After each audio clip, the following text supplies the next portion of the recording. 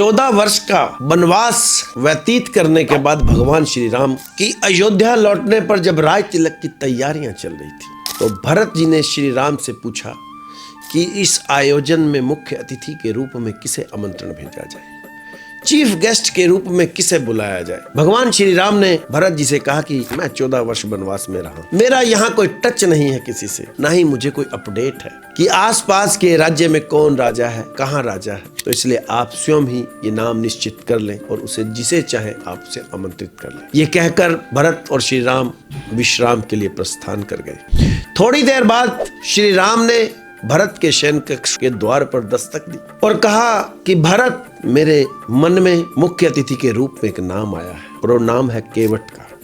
यह सुनते ही भरत के मुख पर आश्चर्य के भाव पड़ते हुए भगवान श्री राम ने कहा कि केवट की वजह से मैं अपने पिता के वचन को पूरा कर पाया।